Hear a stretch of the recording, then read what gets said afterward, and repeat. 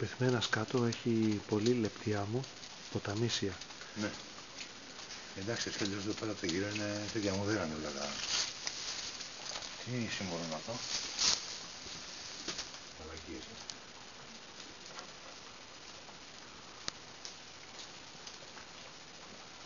Πίσω από τα παιδιά είναι ο τοίχος της Μονής Ασκετής, ο πίσω τοίχος. Και διακρίνεται και η δεύτερη αίθουσα.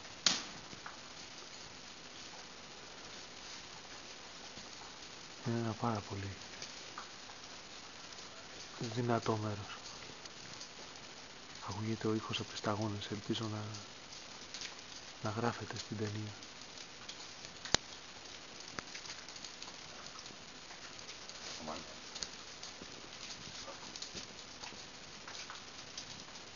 Υπάρχει και